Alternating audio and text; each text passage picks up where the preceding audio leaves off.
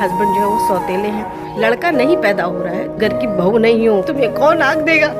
मना कर दिया कि उनके मरने का इंतजार लेगा ना, मेरी वीडियो में ये सच। हेलो फ्रेंड्स, आप सब कैसे हैं? वेलकम बैक इन बिंदु द्विवेदी लाइफ स्टाइल व्लॉग में।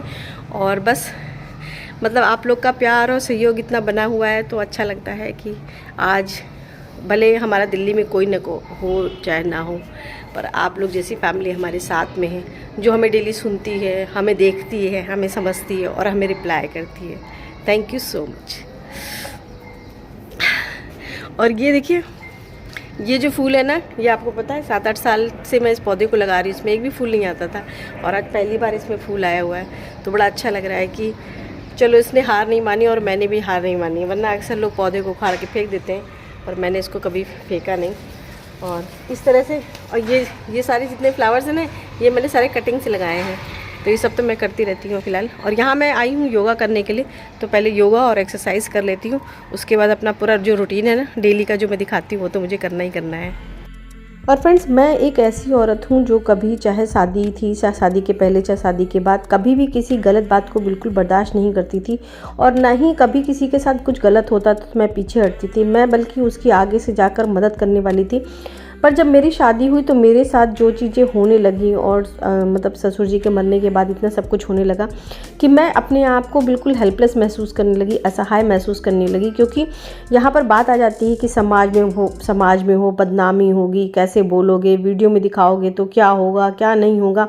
इतनी सारी चीज़ें थी कि मैंने मतलब कि पर अब मुझसे बर्दाश्त नहीं होता, इसीलिए मुझे वीडियो में बोलना पड़ रहा है, क्योंकि मैं इतना घुट घुट के अपनी ज़िंदगी को और नहीं काट सकती। तुमको निस दिन ध्यावत, तुमको ध्यावत नर विष्णु गाता। और फ्रेंड्स, आजकल की वो दुनिया हो गई ना, लोग पहले कहते थे कि सच का बोलबाला, झूठे का मुंह काला, तो अब लगता है कि जो है झूठे का बोलबाला और सच का मुंह काला रह गया है। क्योंकि आज 3 साल हो गए, इतने साल से होने के बाद भगवान को ना दिखाई दे रहा है, ना समाज को दिखाई दे रहा है। वहाँ के लोग, सब लोग वीडियो देखते हैं पर वो हमें झूठा मानते हैं। क्योंकि आज तक मेरी सास और मेरे ससुराल ने यही नहीं पता लोगों को इनका दूसरा बेटा भी है। पूरे मोहल्ला नहीं जानता कि इनका एक दूसरा बेटा भी दिल्ली में रहता है। और फ्रेंड्स, आज मैं जो है पूजा करने के बाद फिर ये वाला फ्लोर साफ़ करूँगी, इस वजह से क्योंकि मैंने रूम तो साफ़ कर दिया था पूजा करने के लिए, पर ये नहीं साफ़ किया था क्योंकि लेट हो गया था।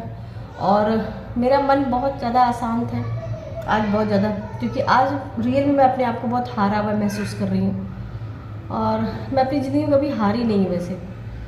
और ये एक ऐसा पल है, जो एक ऐसा दिन है, एक ऐसा समय है ना कि जो मुझे बहुत हार की याद दिलाता है। और मैं ही नहीं, मेरी जगह का कोई भी होता है ना, आप लोग भी अगर अपने आप को मेरी जगह रख के देखेंगे ना, तो आपको लगेगा रियल में कोई भी इंसान हार जाएगा जब इस तरह की कंडीशंस या इस तरह की बातें उसके साथ होंगी। मुझे भी नहीं पता था कि शादी के बाद मेरे साथ ऐसा होगा, और भगवान ना करे ऐसी ससुराल किसी को दे जो मेरे साथ हुआ। तो मैं अभी काम कर लेती हूँ, मैं आपके साथ ये बात जरूर शेयर करूँगी। आप व्लॉग में बने रहेंगे तो आपको पता चलेगा, जो लोग नए हैं उनको पता चलेगा, क्योंकि पुराने लोगों को तो पता है लगभग, पर नए लोगों को पता चलेगा कि ऐसी क्या बात है कि जो मुझे बार बार कचोटती है। और मेरे हस्बैंड अगर उस बात पे एक्शन लेना तो ठीक है, नहीं तो मैं बताऊँ, मैं खुद बैंड बजा सकती हूँ सबकी। पर मैं चाहती हूँ कि इन सब स्टेप्स, इन चीज़ों के लिए सिर्फ और सिर्फ पति आगे बढ़े तो मैं बढ़ूँ, क्योंकि पत्नी का मतलब नहीं बनता इन चीज़ों में आगे बढ़ने के लिए। क्योंकि ससुराल का कोई भी काम होता है, मैं चाहती हूँ कि मेरे हस्बैंड उन चीज़ों में आगे बढ़े, ना कि मैं। और ये बात मैं इसलिए कह रही हूँ कि मोहल्ले को नहीं पता है कि इनका दूसरा बेटा भी है। क्योंकि जब भी मैं वहाँ जाती हूँ लोग मुझसे पूछते तुम कौन हो, मैं कहती हूँ बहू है, तो सब लोग कहते हैं अरे हमें तो पता ही नहीं कि इनका बेटा भी है, दूसरा दिल्ली में रहता है। फ्रेंड्स, यहाँ पर आकर के जो है ना बड़ा सुकून मिलता है, मतलब ऊपर आ जाओ तो बड़ा अच्छा लगता है।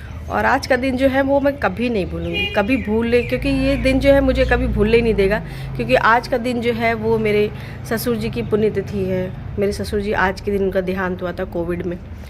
और कोविड में ये दिन मैं इसलिए नहीं भूलती हूँ क्योंकि जो उनको तो मैं श्रद्धांजलि अर्पित करती हूँ, पर आज का दिन मुझे याद दिलाता है कि मैं किसी के घर की बहू नहीं हूँ।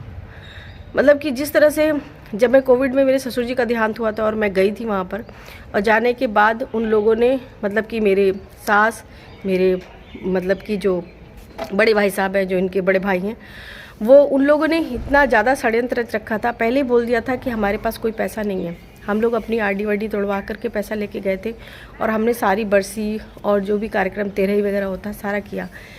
और वो लोग सिर्फ जो है उसमें देखते रहे और सब कुछ अच्छा अच्छा कहते रहे। पर जैसे ही बरसी ख़त्म हुई उनके रंग दिखने लगे हमें, और बच्चों ने तक कह दिया कि कुछ बात पे होती थी, जैसे कि बच्चे बहुत 11 बजे 12 बजे उठते थे सो के, तो मैं चाय पानी उनको 11 बजे 12 बजे देती थी। ऐसा बच्चों का रूटीन बना रखा था उन लोगों ने। तो जैसे कि बच्चों को कभी मैंने गलती से डांट भी दिया तो बच्चों ने मुझसे डायलॉग मारा कि देखो बरसी निपट जाने तब तुमको बताते हैं अच्छे से। इस बात के लिए मैंने अपनी सास से कहा, पर मेरी सास का कोई रिएक्शन नहीं था। शायद ये सारा षड्यंत्र पहले से ही था, क्योंकि ससुर जी के मरने के बाद मुझसे बहू का दर्जा छीन लिया गया। छीन क्या लिया गया, मान के चलिए कि मेरा जो रूम था, मेरा जो कमरा था, वो मेरे से तुरंत बरसी पैसा खर्च करने के बाद मुझसे ले लिया गया और मुझसे कहा गया कि ना तुम इस कमरे में ताला लगा सकती हो, कुछ नहीं लगा सकती हो। मेरे जेठ ने यहाँ तक किस जो है मारने के लिए हाथ तक उठा लिया था मेरे भाई, मतलब अपने भाई को। और मुझे ये बात एहसास मुझे बहुत पहले से हुई थी। जब मैं शादी में आती थी तब इन दोनों भाइयों में कोई बोलचाल नहीं होती थी, सिर्फ बहुत ही रेयरेस्ट ये नमस्ते करते थे, चरण स्पर्श करते थे और हट जाते थे। कभी भी जब मैं घर जाती थी और स्टेशन छोड़ने आना होता था तो एक बूढ़े बाप यानी ससुर जी के अलावा उनके घर से कोई नहीं आता था छोड़ने के लिए हमें, जबकि हमारे बीच में पहले ऐसा कुछ भी नहीं था। तो मुझे समझ में नहीं आता था ऐसा क्यों होता है, पर मुझे अब लगने लगा है कि शायद मेरे हस्बैंड जो है वो सौतेले हैं। और ये बात मुझे अब पता चली है, क्योंकि एक माँ कभी अपने बेटे से नहीं कह सकती कि अगर तुम्हारी औलाद नहीं है, अगर तुम्हारे कोई लड़का नहीं पैदा हो रहा है तो तुम्हें प्रॉपर्टी लेने का कोई हक नहीं है। कोई एक माँ नहीं कह सकती। हाँ, एक सौतेली माँ ज़रूर फ़ोन करके ये बात कह सकती है कि तुम्हें प्रॉपर्टी का हिस्सा तब तक नहीं मिलेगा जब तक तुम्हारे कोई लड़का ना पैदा हो। ये तो कहने के बहाने हैं। वो यहाँ पर भी कभी छुट्टियों में आती थी तो यही बात वो हमेशा कहती थी कि तुम्हें प्रॉपर्टी की ज़रूरत नहीं, क्योंकि तुमने दिल्ली में प्रॉपर्टी बना ली है।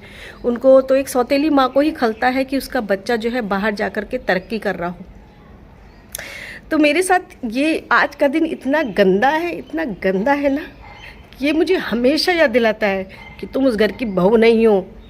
तुम जब लोग लड़की की शादी करते हैं तब तो बड़े प्यार से कहते हैं कि नहीं मुझे 6 मीटर की साड़ी चाहिए, मुझे ऐसा मशीन चाहिए, मुझे ऐसा फ्रिज चाहिए, मुझे ऐसे तरह से हमारी खातिरदारी होनी चाहिए। पर जब बहू को हक देने की बात होती है, ससुर के मरने के बाद ही उसे घर से निकाल दिया जाता है। जो ये मैं वीडियो बना रही हूँ ना, इस वीडियो पर बहुत सारे कॉमेंट आने वाले हैं मेरे ससुराल से नहीं, मेरे ससुराल के रिश्तेदारों से। क्यों? क्योंकि वो रिश्तेदार उनके घर पर जाके खाते हैं और मेरे ससुराल वाले उनसे कॉमेंट करवाते हैं। तो वो क्योंकि उनको हक नहीं देना है। और मेरे हस्बैंड ने कई बार बात करने की कोशिश की तो मेरी सास ने इग्नोर किया कि ऐसा ना हो कि इस बेटे को प्रॉपर्टी देनी पड़े। और एक बेटे को लेकर बैठी हैं जो उनका सगा है, ये बेटा सौतेला है तो ही तो आप ऐसा कर रहे हो, वरना सगी माँ कौन सी होती है? कैकेयी भी सौतेली थी, सगी नहीं थी, तब उसने राम जी के साथ ऐसा किया था। तो आप भी तो वही हो ना। आपके 3 बच्चे थे पर आप एक बच्चे के साथ निभा पा रहे हो, क्योंकि आपको बच्चों की ज़रूरत ही नहीं थी। जब मेरे कोख में बच्चा आया था तो आप यहाँ ठहरने को तैयार नहीं थे, क्योंकि तब आप कह रहे थे कि आपका घर बिखर रहा है, आपके घर में कोई है नहीं। जबकि उस समय जेठ जिठानी बच्चे सब थे, पर आप मेरे साथ रुकना नहीं चाहते थे, क्योंकि आप चाहते नहीं थे कि मेरे जो कोख में दूसरा बच्चा था वो दूसरा बच्चा जिंदा रहे। क्योंकि आपको एहसास था कि अगर दूसरा बच्चा लड़का हुआ तो ये सौतेला बेटा प्रॉपर्टी मांगेगा, ये सौतेला बेटा हक मांगेगा अपना। यही मैं थी जब मैं घर पे गई थी बरसी में, तो मुझे जिठानी ने सुनाया था कि तुम्हें आग देने वाला औलाद नहीं है, कि तुम्हें कौन आग देगा, तुम्हें एक लड़का नहीं है। मुझे एहसास कराया गया था जिस बरसी में हम सारा पैसा खर्च करके आए, जिस घर में हमें एक कमरा नहीं मिला, जिस घर में हमें प्रॉपर्टी छोड़ दीजिए, अपने ससुर जी के डेथ सर्टिफिकेट नहीं मिला। मुझे डेथ सर्टिफिकेट तक नहीं दिया था उन लोगों ने, मुझे मना कर दिया था उन्होंने देने के लिए। क्यों? सौतेला बेटा ना होता तो कैसे ना देते। और आज तक बहू का हक नहीं मिला। क्यों गए थे मेरे बाप के पास बैंड बाजा लेकर के आप, जब आपको हक ही नहीं देना था? आज तक क्यों? जब ससुर जिंदा थे तब क्या था, और ससुर के मरने के बाद क्या उनके मरने का इंतजार कर रहे थे आप कि वो कब मरे और कब अपने सौतेले बेटे को अलग कर दें? मैं ज़्यादा बोलूँगी तो बहुत ज़्यादा हो जाएगा, और इतना पर्सनल मैं जाना नहीं चाहती हूँ। पर ये सब बातें मैं इसलिए कह रही हूँ क्योंकि जब तक मेरा हक नहीं मिलेगा ना, मेरी वीडियो में ये सच आता रहेगा। क्योंकि सच हमेशा बोलता है और झूठ चुप होकर बैठता है, जैसे वो चुप होकर बैठे हैं और फ़ोन नहीं रिसीव करते, जवाब नहीं देते। वो लोग चोर हैं, वो चोर। चलिए छोड़ी जान दी। बहुत दुख होता है जब कोई कहता है तुमने बेटी पैदा की है, तुम्हारे पास बेटा नहीं है, बहुत दुख होता है। बेटा पैदा करने के बाद आपको बहू का दर्जा मिलेगा, हमें प्रॉपर्टी मिलेगी।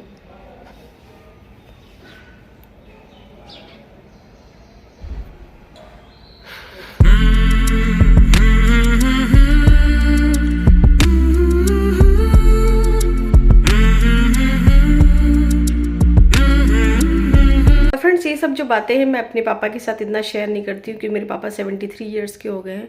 मेरा भाई भी जो है हमेशा कहता है कि दीदी चलो मैं ये मामला जो है सुलझा देता हूँ, पर एक्चुअली मेरे पापा जो शादी के जो है वो 10 साल बीत गए, और 10 साल बीतने के बाद जो है अब इस तरह की प्रॉब्लम आई है। तो कैसे कहे एक बाप की जो है बेटा अब तुम्हारी शादी को जो है 10 साल के बाद तुम्हारे साथ ये प्रॉब्लम आना शुरू हुई है, तुम्हारी ससुराल अब जाकर के अपना रंग दिखा रही है।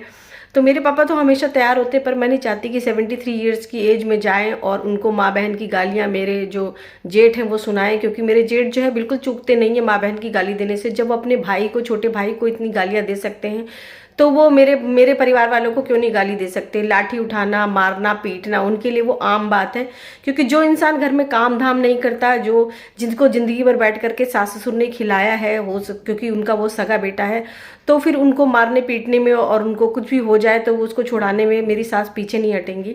और इस तरह की श्रद्धांजलि जो है मैं हर साल अपने ससुर को देती रहूंगी, क्योंकि उनके मरने के बाद ये सारी चीजें हुई हैं। मेरी सास देखती रहें और समझती रहें और कुड़ती रहें कि दूसरी बहू जो है वो जो है इस तरह की बात उनको वीडियो में कह रही है, क्योंकि जब तक मुझे इंसाफ नहीं मिलेगा ना, ये श्रद्धांजलि आपको हमेशा मैं ससुर जी अपने तहे दिल से देती रहूंगी। और बस आप भी ऊपर देखते रहिए कि मेरे साथ क्या अन्याय हो रहा है। आज के लिए इतना ही, क्योंकि मैं आज बहुत दुखी हूँ, इसलिए वीडियो और आगे नहीं बनाऊंगी। आई होप सो आपको वीडियो पसंद आएगा और आप मेरे घुटन में, आप मेरे सच में, आप मेरे दुख में मेरे साथ होंगे। थैंक यू सो मच मुझे इतना साथ देने के लिए। और हाँ, आप मेरी फैमिली हमेशा रहेंगे। Thank you so much. आज के लिए इतना ही। Bye bye.